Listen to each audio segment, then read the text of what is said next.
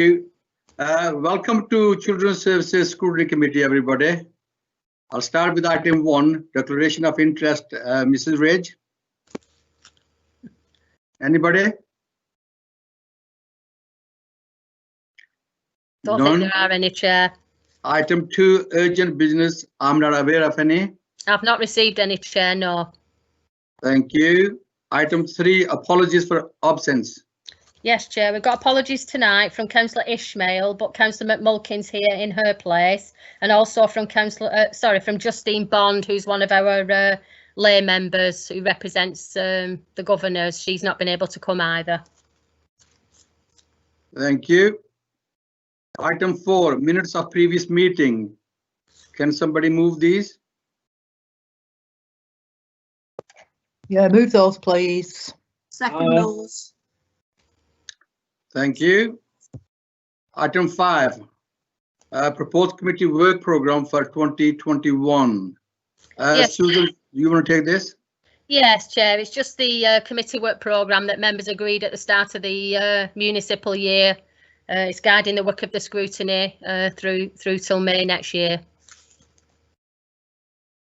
It's just for noting, Chair. Thank you. Item 6, school results presentation, and I'm going to hand over to Paul Rankin. After the presentation, members can ask their question after the presentation. To you, Paul.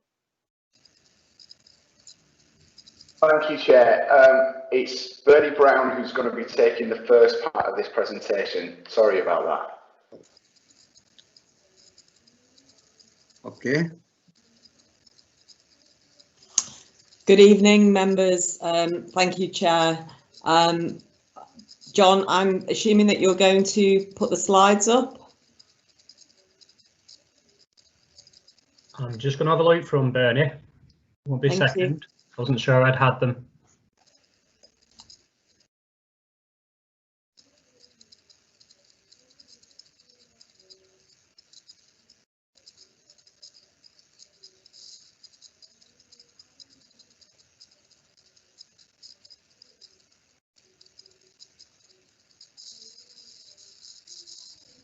Sorry, Bernie, I'm still them. I'm not sure I've had them. Okay, apologies. I thought Sue was going to send them to you so that they could be shared. So just bear with me. Paul, are you going to share them or shall I get them up?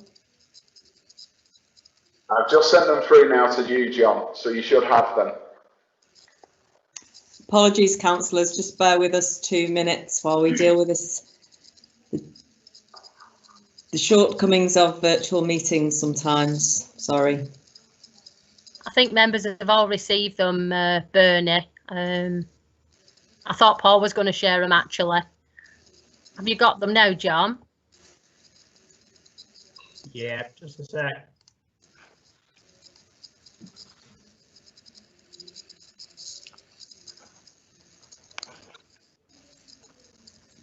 Is it easy if I just press control and then I can move them on? Okay, so what we wanted to start with, or what I wanted to start with, was the opportunity to talk you through our intentions around inclusion and equity across learning in Bolton. So we've named it Belonging in Bolton, with the principles: if you don't belong in a school, where do you belong? And it's just outlining some of our ambition around making some of our schools more inclusive, and dealing with the issues around exclusion, but also the involvement of children in mainstream schools who, sorry, slightly distracted because the slides are shifting around, to make sure that we have inclusive provision for children who have education and healthcare plans, and that we have the same kind of ambition for children with additional complex needs as we do for children who are accessing a mainstream curriculum. Next slide. So this slide is just about some context around the National Organisation of Directors of Children's Services, who focused on a vision for inclusive and high-performing education systems. Really, some data that you will be aware of around deprivation and children in deprived areas, more likely to be in foster or residential care, on CP plans, and likely to be educationally disadvantaged. Next slide, please.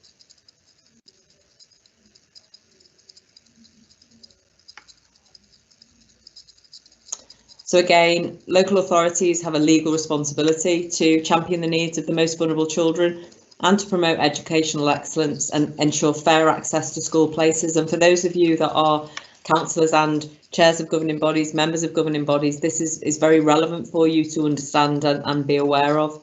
So too many learners don't have access to the quality of education to which they're entitled, and what we want to see in Bolton is the focus on not just the academic outcomes, but the broader inclusivity and the benefits that children get from being part of a mainstream school. Next slide, please. It's critical to note that children who experience exclusion from education often then go on to become excluded from life, in effect, and it impacts on their adult journey and their adult experiences.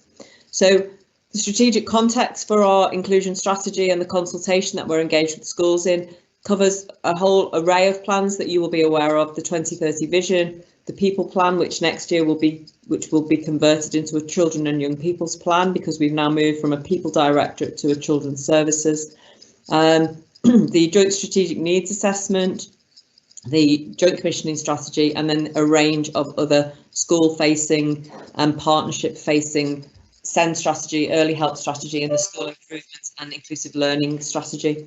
Next slide, please. We're very much focused in co-production and partnership, so focusing on working with families, doing with, not doing to, and working with young people and understanding the impact of access to good quality education and access to a school of choice. And then really engaged in the broader partnership in terms of the partnership's responsibility around inclusion in the broader sense in the community. Next slide, please. So we want a partnership that is outcome focused, inclusive, equitable and sustainable. We want to create acceptance in the education world and restructure services within the council that will allow children support in school, to keep them in school at the point of need. Very much focused on reducing exclusions, and we've seen some evidence of schools of exclusions reducing. Some of that correlates with COVID, but we want to maintain that and maintain the efforts that schools are putting in to supporting children and their families within the school environment. Improving the in-school offer, so the support services and the behaviour support response, and aligning with ministerial ambition. So the Minister Ford talks of local leadership ensuring the quality of the curriculum for children who may go to alternative provision for a period of time, but to make sure that they can still access a robust curriculum and a full timetable. And doing that underpinned, as I've said earlier, through co-production, engagement and consultation. Next slide, please.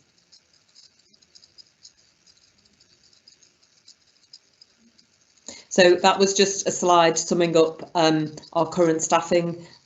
Myself and Paul Rankin have stepped into the AD Education and Learning role to cover that role and to support colleagues in inclusion and school improvement to really review the position that we're in Bolton in relation to education and improving education for everybody.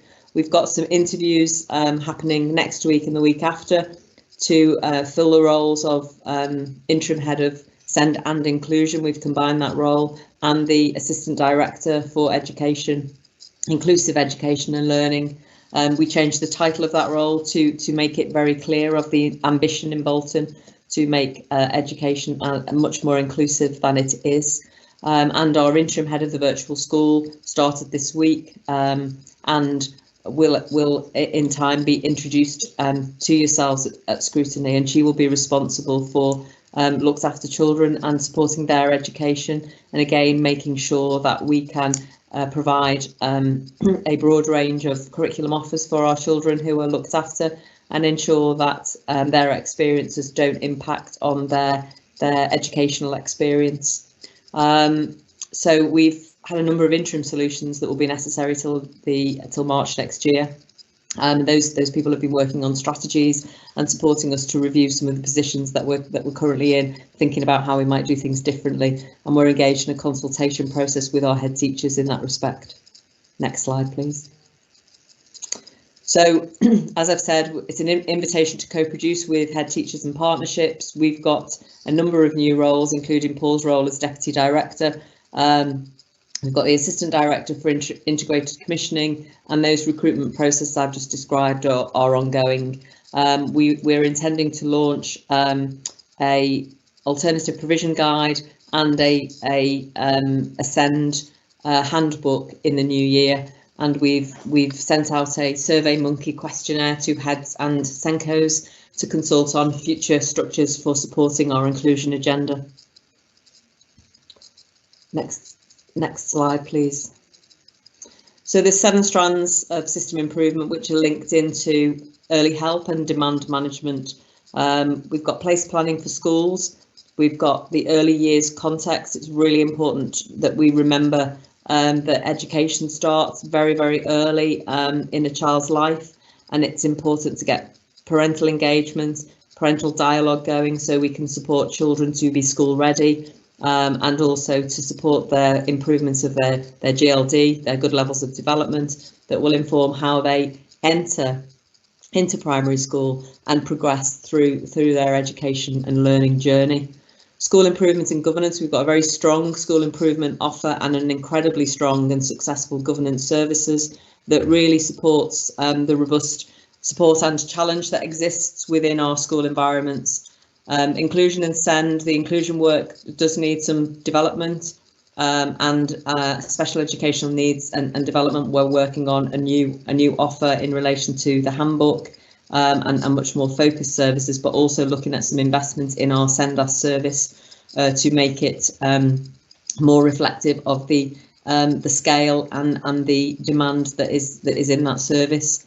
And then we're working on transition. So as you transition different stages through your education life, but also as you transition from adolescence into adulthood, and how we support that journey for children, particularly children who have special educational needs and disabilities, with that duty extending to the age of 25 most recently.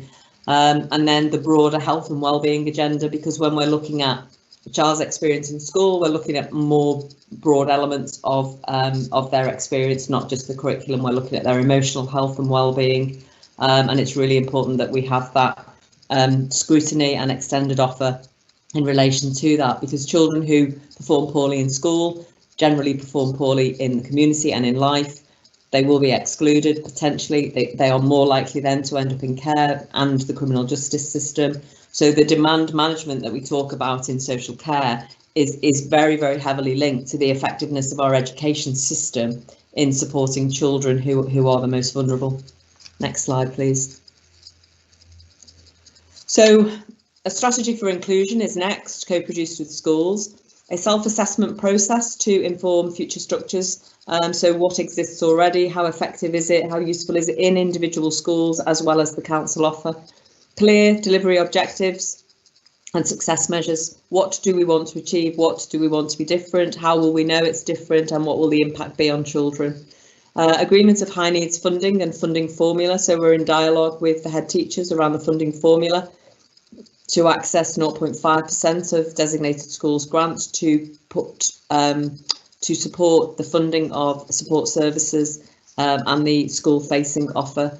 We need to create capacity to deliver impactful and sustainable change in order that we better support all of our children to feel like they do belong in school, that school is a place that they can engage with and that will support them irrespective of the challenges that they may have in their home lives, in their academic abilities, or in their health needs. Next slide, please.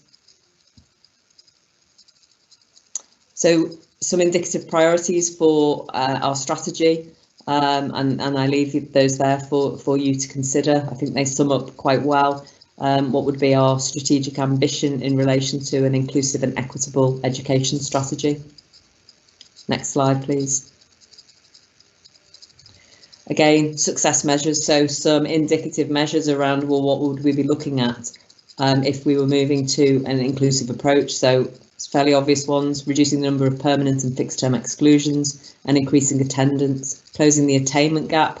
Our attainment gap between disadvantaged pupils and their peers is still significant, and we need to work on that. And then there's some other important measures there, making sure that children are in education, employment and training post 16. That is becoming much more challenging in relation to apprenticeship offers, alternative offers of employment for children and young people, and I think COVID has impacted on that even further. Next slide, please. So we need a kind of toolkit of approaches and strategies. I talked earlier about self-evaluation. How do you know yourself? Assessing ourselves against some criteria and seeing as individual schools, but as a system, how we're working. Professional development, so development of staff and cultures to align social care, education and the school system together, and work as well with our health colleagues and our partners. Reflecting on the impact of adverse childhood experiences and doing some training and some system-wide training on understanding the impact of adverse childhood experiences on behaviour, and really acknowledging that behaviour is a form of communication, and supporting schools to support children who are struggling. And then really getting into the assess, plan, do, review cycle, which is that we do the assessments, we realise where we need to improve, we plan to do that, and then we continually review, and we will use Scrutiny to kind of benchmark some of that review and bring back updates in relation to improvements, and maybe some challenges in terms of direction of travel and how we progress things as rapidly as we would like. Next slide, please. So we're using an inclusion and engagement consultation group. First meeting is the first week in January. That will act as an advisory and development group, and we'll have some task and finish groups from that. I'm leading that group to give some consistency to the communication and to agree short action plan. So it's here, what we can do here and now, and what's our future ambition. We're looking at some project management resource, and agreeing, we're hoping to agree the transfer from the schools block of 0.5% to invest in solutions to support schools. Consider school to school support model. We have some schools who are incredibly inclusive, and there are other schools that can learn from some of those strategies and some of those approaches. So we need to use local expertise as we do in our school improvement system. Looking at the potential for funding through a cluster model, so devolved budget potentially for primary schools across the 10 clusters. And the social, emotional and mental health review needs progressing. So we'll be working on that. And then inclusive training approaches, ensuring that we have a single focus in relation to restorative practice and adverse childhood experiences, and making sure that those training programmes happen across the system and not just in particular areas like schools or social care. Next slide, please. And then I'm handing over to Paul now to look at education performance information across the piece. So if you have any questions from that, I'm happy to take questions and via email potentially, if not this evening. Thank you. Thanks, Bernie. So moving on with the presentation. At this point in the Scrutiny calendar, we'd normally start looking at education performance information at this point. But as you know, this year has not been like any other. From March, at the start of the year, we've had our schools only open to children of key workers and vulnerable children, near enough up until the end of the summer term, when a lot of the normal assessments would happen. And this term has been challenging for lots of reasons, and I'll come on to that in the COVID update. What I'd like to do is introduce some of our school improvement team to run through what's happened with some of our summer assessments, what that means, and what's going to be happening next. So this will be Helen Shearer, who's the head of Startwell, Deb Butler, Katrina Fletcher and Geraldine Whitehead, who are all our school improvement leads for primary and secondary. So if I introduce Deb now, so you can talk to this current slide about changes to accountability arrangements. Good evening. At this point in the year, we're usually, as Paul says, coming together to look at the graphs and the charts containing our local authority data alongside the national data and making comparisons. But for the academic year 2019-20, there is no data to do that with. All testing was suspended, and as Paul says, schools were partially closed from March 2020. So for primary schools, there were no phonics checks, no Key Stage 1 or Key Stage 2 assessments completed. And for the secondary schools, GCSE and A-level students were awarded centre assessed grades. And because of this unprecedented situation, the performance tables were suspended and no school or college will be judged on data based on assessments from 2020. The Department for Education and all agencies working with schools, including Ofsted, will continue to use the 2019 data as a starting point for any conversations they hold about standards. I'll pass you over now to my colleague Helen Shearer, who will talk about the early years foundation stage. Next slide.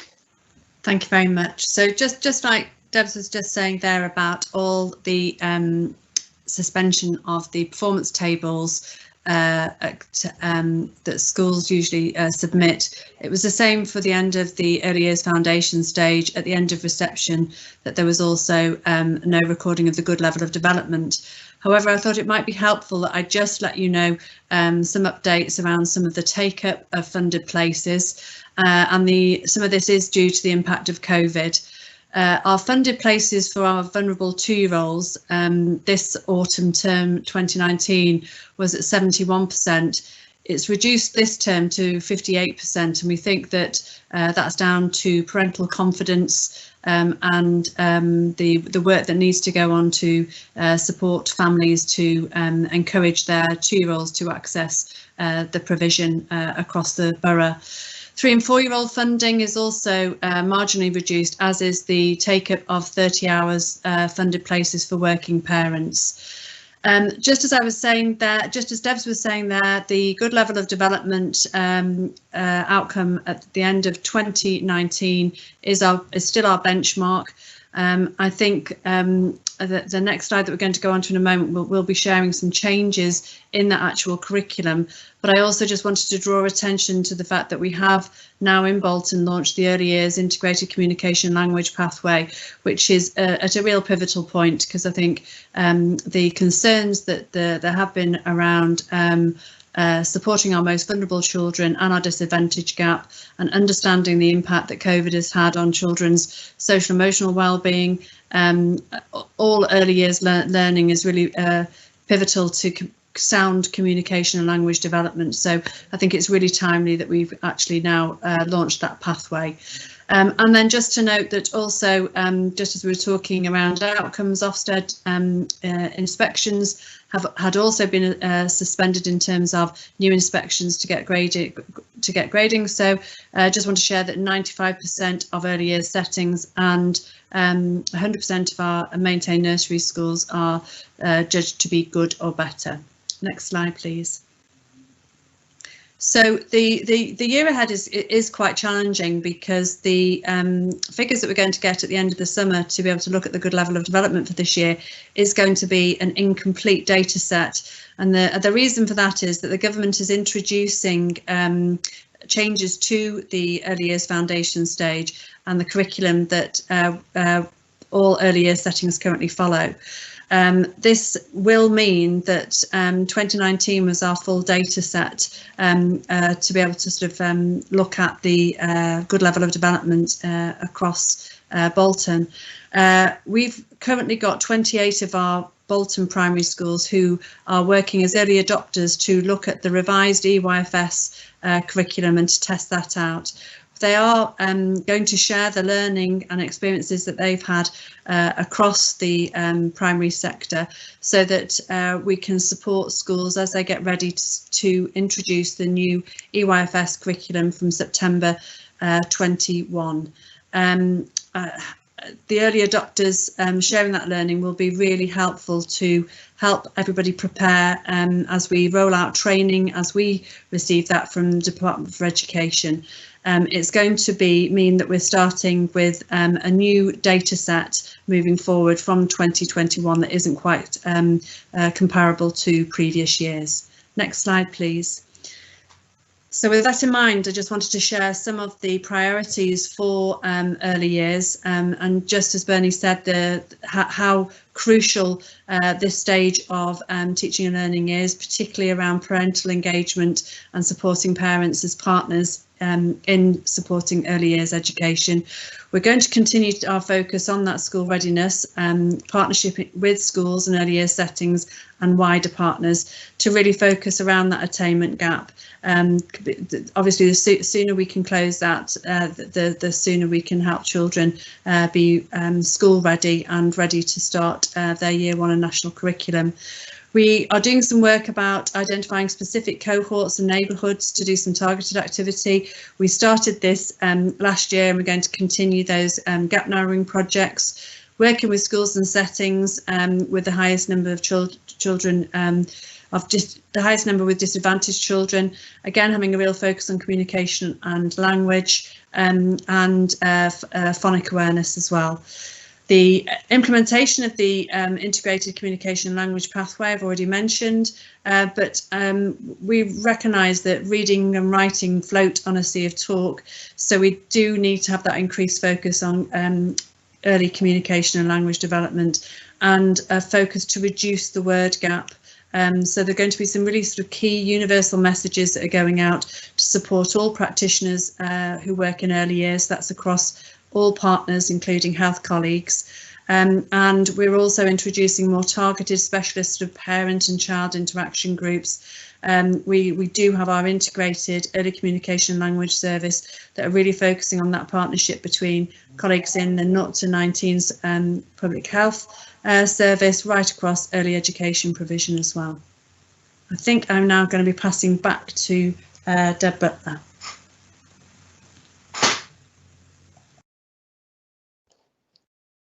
Next slide, please.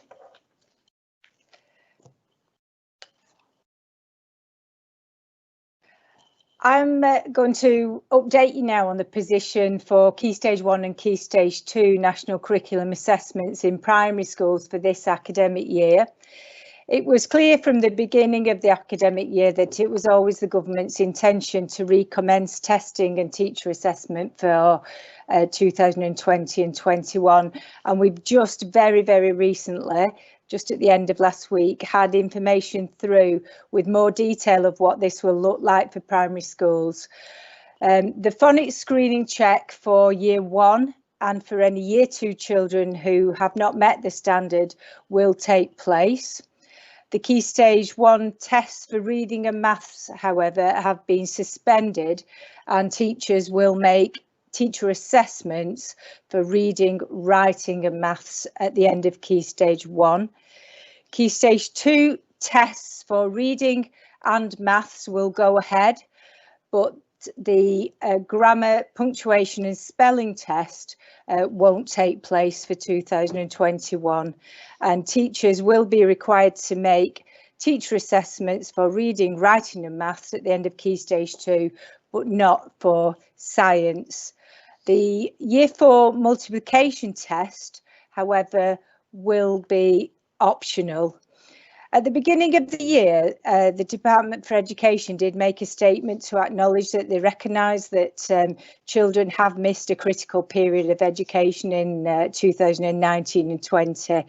And now they have confirmed that school level data from Key Stage 2 national assessments won't be published in performance tables for 2021.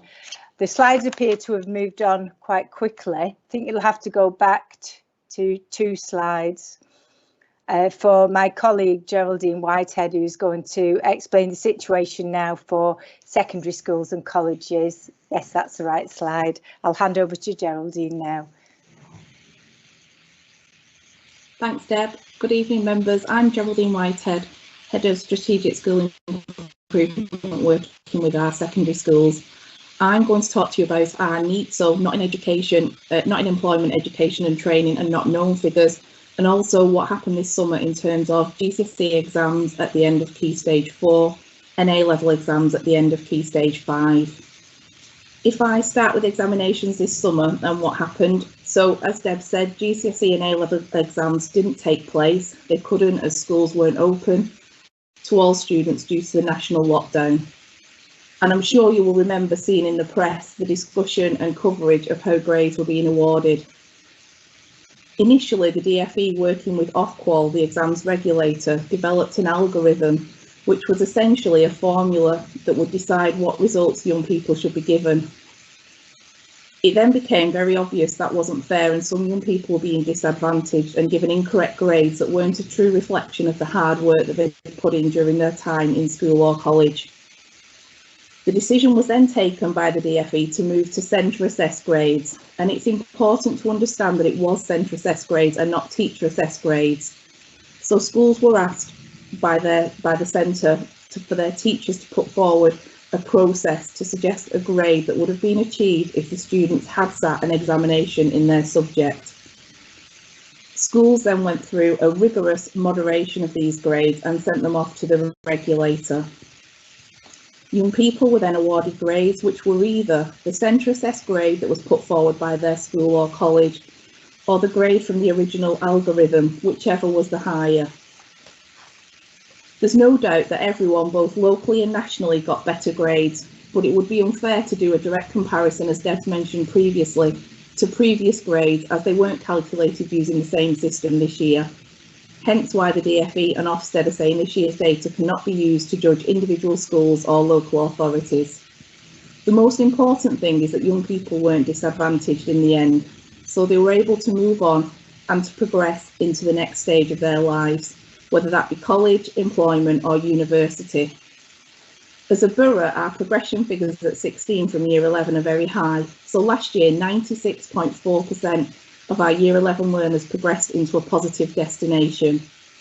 If I move on now to talk about our NEET figures as a borough, next slide please. Okay, so these figures are for 2020 and are taken from the scorecard, which is a national measure based on the average figures for a local authority in December, January and February. Our figure is 6.3%, which is made up of 4.2% NEET, which is an increase of 0.2% from last year, and 2.1% not known, which is a decrease of 0.2% from last year. We've been able to reduce our not known figures consistently each year, so we're really good within Connections, which is a service that supports this work, at ensuring that we know where our young people are and if they're NEET or not. What is more challenging is our NEET figure. There is more work to do to bring us in line with England and the North West figure. And if I'm honest, as Bernie mentioned earlier, we are concerned that due to the current climate, we are seeing more of an increase in young people losing their jobs or apprenticeships, so potentially some really difficult times ahead.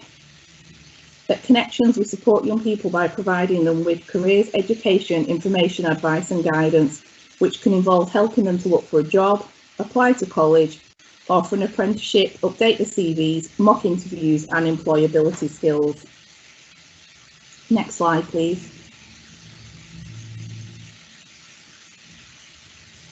So, as I said, we've successfully reduced our not known figure. We've also successfully bid for an ESF NEET programme, which generates income and provides resources to help us to support our young people. We've set up a new NEET provision subgroup working with our partners from Job Centre Plus and Bolton College.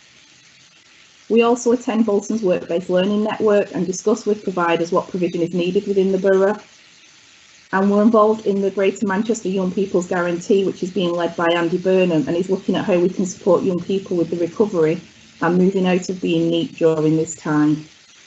That's it from me, and I'm handing over to Katrina. Good Good evening, I'm Katrina Fletcher, Primary School Improvement.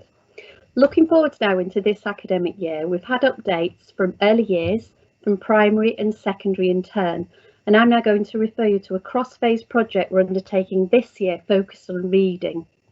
As noted in the first bullet point, we've each conducted considerable development work in recent years on elements of reading, including vocabulary, phonics and language development. We're now bringing together a professional learning group with representatives from early years settings, primary and secondary schools, to conduct a joint piece of work on reading to gain an even better understanding and support the learner journey across key stages. We've always been agreed that reading is the bedrock of learning, and this was echoed by DFE in their guidance for schools at the start of the academic year.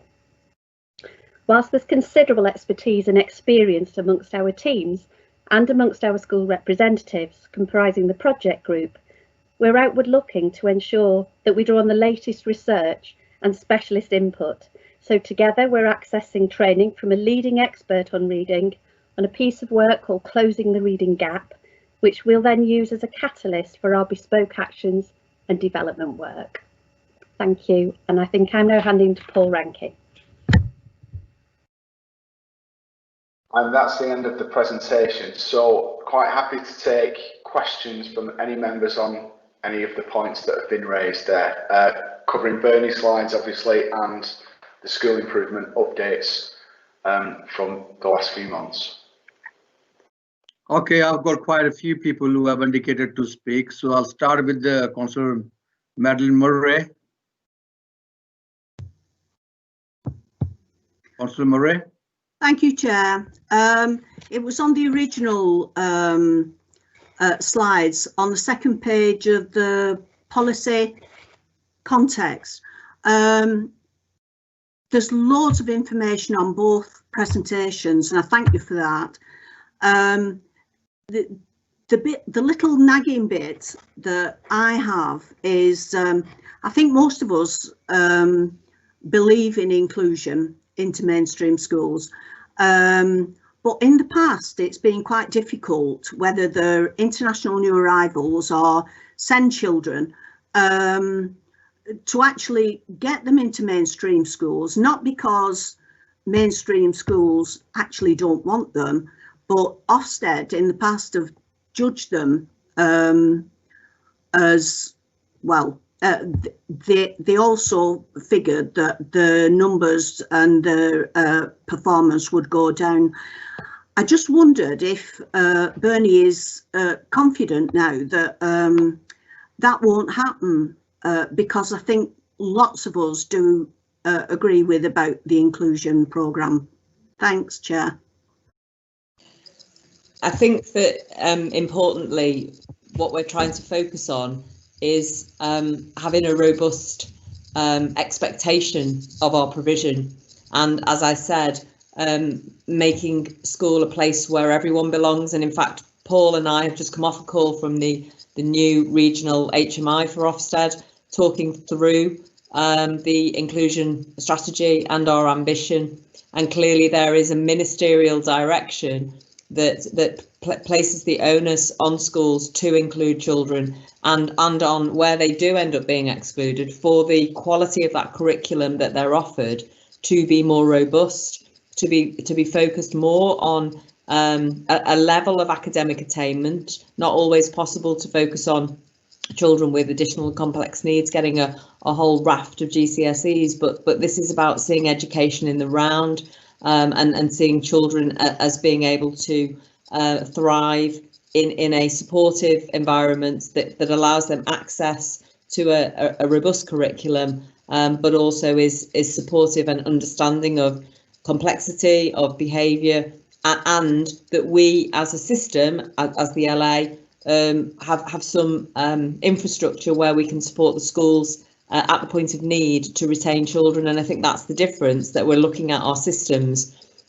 being much more responsive to supporting the schools, and we're looking at how we might restructure and remodel and invest in services, training and different approaches to support the ambition. You can't just make a statement that you want children to be in mainstream provision without having the infrastructure that supports them to stay there. And if they leave to go to alternative provision, we should be looking at only the minority of children who need to be educated outside of mainstream provision or special provision. And that's the different lens that we're looking through, but also pushing back at that inspection approach. We have got a new framework now, and we are hopeful that there will be acceptance that in an inclusive provision, you will not always see the huge academic success, and it's also encouraging educational pedagogy and leadership that academic success alone is not how we want to construct our communities. It is important, but so are the broader holistic social and community involvement that children get from attending school. Brilliant, thank you. Thank you for that. Next I have Councillor Paul Heslop. Councillor Heslop.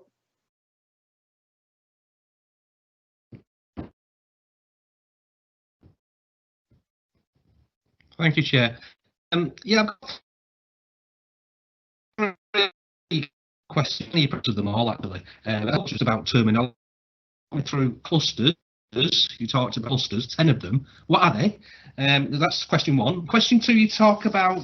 I've heard this with. Is it phonics? Phonics. Are we talking about oral and oral? Are we talking about listening and speaking when we talk about phonics, sound? I didn't quite know what that meant. And thirdly,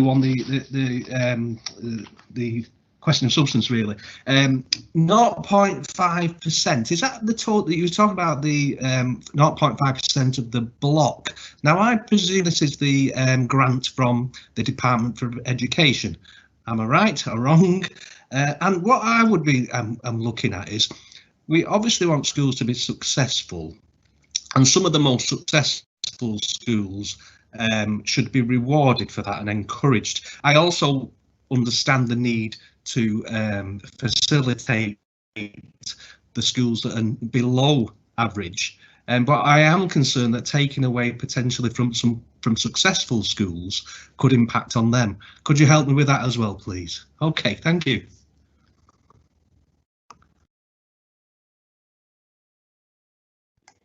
Mute. You're on mute. Sorry. So clusters, Councillor Heslop, are the arrangements that we have for our primary schools where they are grouped into schools that occupy kind of a similar geographical area. So we have 10 clusters, and the clusters support the school, the groups of schools, so that they're grouped across those 10 clusters. And they're chaired by one of the head teachers in that cluster and offer a kind of collective view, and they have a collective dialogue for support, but also for kind of development, because obviously with the primary schools we've got 98 to get them all together. That's a big ask, so we do get them all together, but we also operate in a cluster model, so hope that explains that. In relation to the funding, the 0.5% is part of the schools block. And it isn't about taking money off successful schools. This is about investment for all of our children. This is not an investment for schools. It is to develop services that will support children who have additional and complex needs, and support the school to respond to them. So this is about making our education system more responsive, more inclusive for everyone. There's an awful lot of money that gets funded and filtered into academic achievement. We have great outcomes in particular areas, and we've got some great school improvement work that gets done, school to school improvement, and also the purchasing of focused strategies and work that is brought in nationally for secondary and for primary. But this is about the more vulnerable pupils and making sure that a very small percentage of that school's block is targeted at those who have the highest needs and the most vulnerability, in order to level the playing field and to improve the outcomes for disadvantaged groups, which are poorer and have been consistently poorer, and we need to bridge that gap, and we need to keep children in school and not be using alternative provision as a way of managing some of the additional challenges that we face. In relation to phonics, phonics is an approach that is used for teaching kind of reading, but I'm going to hand over to Deb Butler to give you the specifics, because I'm sure that there's a very specific educational definition of phonics. So if Deb wants to respond to that.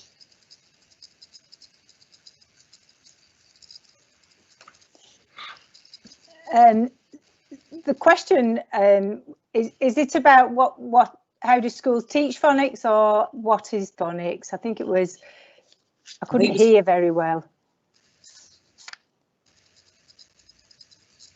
Phonics is taught from children starting school. Helen Shearer would talk about it in great detail, and it's the process of teaching children the letters and sounds that support them then through to reading, so that they can unpick the reading and then begin to comprehend what they're reading and moving through. And schools use lots of different programs to teach this, and it is something that now is tested at the end of year 1, and then children who haven't met the test standard are retested at the end of year 2. I'm not sure that I've answered the question really.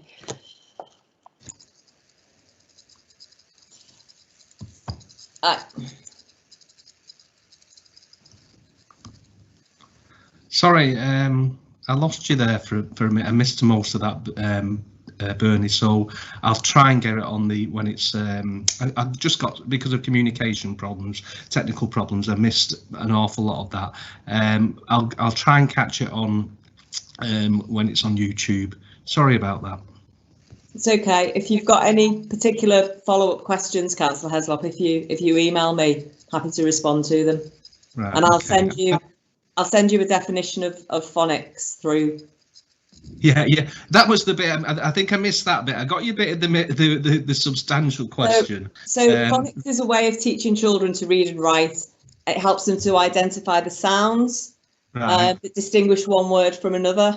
And it involves the matching of sounds with individual letters. So that's kind of a real headline description. But if you want more detail, I can put you in touch with Helen from early years, who'll give you the very proper description. Right. Okay. Thank you very much for that. Thank you for that. Next, I have Councillor Lisa Weatherby. Councillor Weatherby. Thank you very much, Chair. Can you hear me? Sorry. I can hear you. Yeah, sorry. It's just regards to the current staffing. I missed a section of that. Am I right in saying there's currently 3 vacancies, 2 since July 19 and 1 since September 2019, or have they been filled now? And if not, what effect or impact has that got on your ongoing strategy and plans going forward?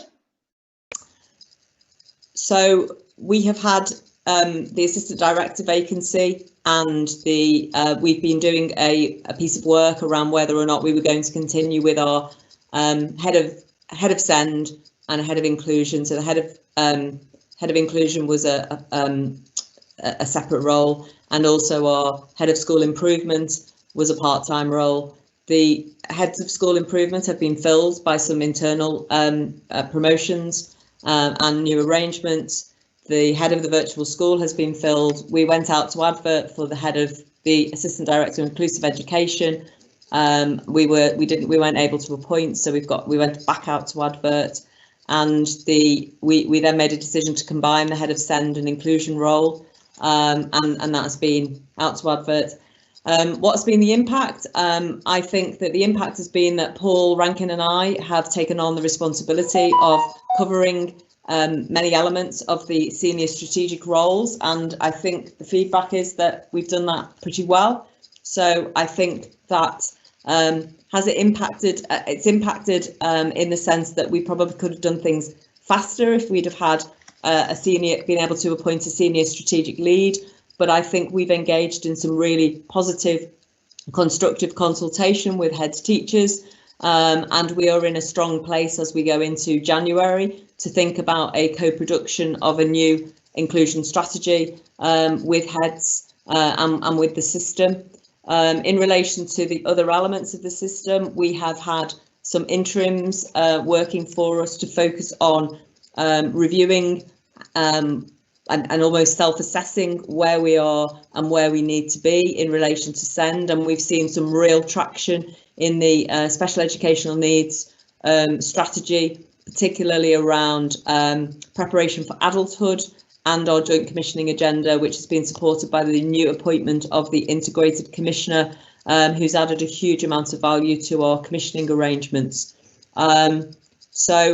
The posts will be valuable to fill and they will add capacity, but I think that we have worked really hard and to great effect to review our system and to think about as a children's services now rather than a people directorate, the critical elements of joining up both our early help work, our demand management strategy around reducing the number of children looked after, with our Belonging in Bolton, our inclusion strategy around the importance of quality education, the importance of the early years journey for children as they progress through schools. So I think we have a much better understanding, a much more detailed understanding of the system, what's happening in the system, and whilst we will be grateful if we are in a position to make an appointment in the next fortnight, and it will add value and capacity,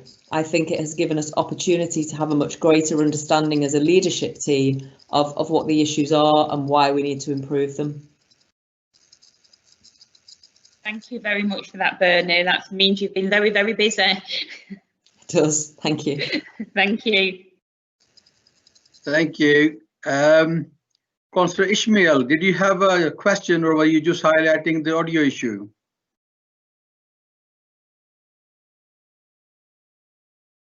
Councillor Ishmael? Chair, I don't think he had a question. I think the next person is Councillor Brady. Okay, no problem. Councillor Brady next. Councillor Brady. Thank you, Chair.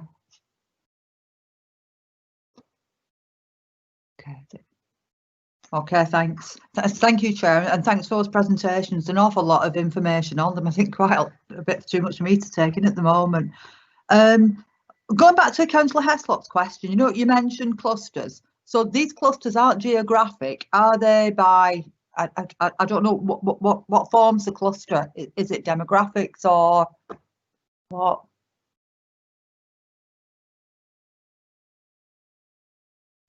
Councillor Brady, do you want me to come in and answer that one? So they are broadly geographic.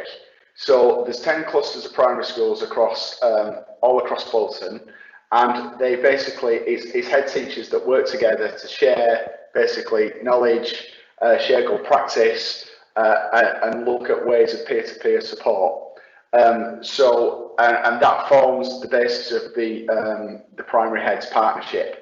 So there's those 10 clusters. The chairs of those clusters meet together on a regular basis in what's called primary exec, and there's also consultation groups that we have for each of the areas of our department with groups of head teachers from each of the clusters, and they deal with specific issues. So there's one around education improvement, there's one around access and inclusion, and there's one around staying safe, and one around the support services, which is policy, performance, resources. So on each of those consultation groups, there's representative head teachers that will discuss how we're planning to work with schools in Bolton to gauge their views and get a joined up approach really in terms of how we develop our services.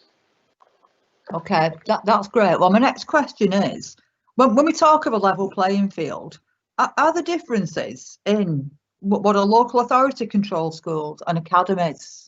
Do you find that there are any marked differences, or is the approach, certainly to SEND, special educational needs or whatever, are they the same? I think from a SEND point of view and an inclusion point of view, I think this is all community schools, whether they're voluntary aided schools, which are church schools, whether they're academies, whether they're free schools, we would be looking to engage in the same way and looking to create a single approach to doing this across Bolton. I think if there's anything that has got stronger in terms of COVID and something that's worked well, is the strength of the partnerships within Bolton. And the fact that different types of schools can work well together and can come up with common approaches. So our approach is really looking at how we can do things for Bolton as a whole rather than individual groups of schools. Okay, thanks very much. Thank you. Any more questions on this? Okay, we have no more questions, so we'll move on to next item, which is item 7, COVID-19 update. Suzanne Gilman. Hi, good evening. I'm just going to give a quick verbal update on the latest public health position for Bolton. So in the 7 days up to the week ending the 1st of December, we saw 545 new cases of COVID-19, equating to a case rate of 189.5 per 100,000 resident population. And that's really the weekly incidence rate. And what we need to be mindful of is if we compare this with the case rate at the beginning of November, where we saw a 509.5 per 100,000 case rate, there's been a significant decrease in the weekly incidence rate of COVID cases. We're also seeing similar trends for positivity, and that is the proportion of tests that come back as being positive. So for the week to the 1st of December, the proportion of positive tests was 9.4%. Again, if we compare this to early November, where we saw positivity rates of 18.8%. So I suppose the take-home message is back in early November, we saw 1 in every 5 tests come back as positive, and now we're seeing significant decreases. I think whilst we're moving in the right direction, which is really good news for Bolton, this likely to be due to the impact of the restrictions, the local restrictions and also the national restrictions going forward. We do need to be mindful that community transmission is still high, and we still need to be vigilant and reminding our communities that we do need to keep to the public health messages and obviously to comply with the restrictions that are in place. So that's a quick update on the public health position. I'm happy to take further questions if people want some more details, but that is just the quick update from myself. Thank you. Thank you, Suzanne. Do we have any questions for Suzanne?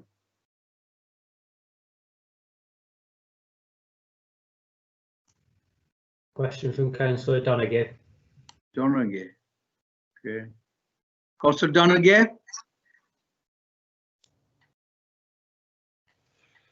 Thanks, Chair.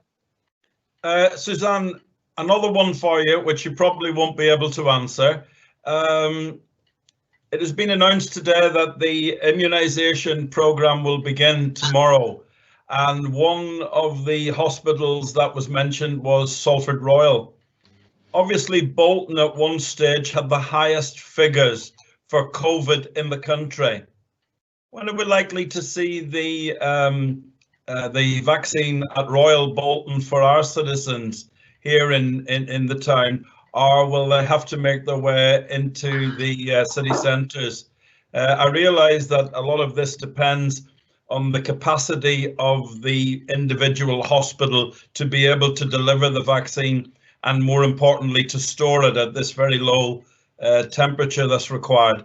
But have you any information on any sort of proposals to begin vaccination up at our own hospital here in Bolton? Thanks. I think obviously it's fast moving news, and as you say, there's 3 sites that are being currently kind of put forward, 2 in Manchester and obviously Salford as well. I don't know any further details on that, although we do know that obviously there is going to be the vaccination offered through general practice as well, and plans are being worked up for Bolton in terms of being able to offer that to certain cohorts, particularly the first cohorts being the older population. So obviously it is fast moving. We haven't got the detail that will be coming through. Thank you. Thank you. Any more questions on this? Okay, we'll move on to item 8, members' business, members' questions. Mrs. Ridge, any questions, written questions or anything? We've none received, Chair, none received. Councillor Donaghy wants to ask a question. Okay, I'll bring in Councillor Donaghy again then. Councillor Donaghy? Sorry, I think that might be my fault. I think Councillor Donaghy's already spoken. Sorry. He has, yes, he just has, yes. Yes. If Mrs. Ridge is instructing me to ask a question, then obviously I will try and think of something with a Christmas theme, and then I'll talk to colleagues and see if they've got any Christmas questions as well. Other than that, I haven't got a question. Thanks, Chair. Okay, thank you very much. Mrs. Ridge, this is the end of the agenda, isn't it? Still got the exec members, just to quickly note, Chair. The exec member children's meetings from the 2nd of November and the 30th of November. Well, can you just ask that, because I'm missing that on my papers here for some reason, so. Yes, Chair. Can somebody move those, please? Move those proceedings, please. Thank you. Thank you very much. Right, okay, so I'm assuming that this is the end of the business. Yes, Chair. That's the whole of the thank business. you. So, as this is the last meeting before the Christmas and New Year, can I wish everybody a Merry Christmas and happy and prosperous New Year, and keep yourself safe, and we'll see you after the New Year sometime. Same to you, Chair. Merry Christmas. Thank you. Bye. All the best.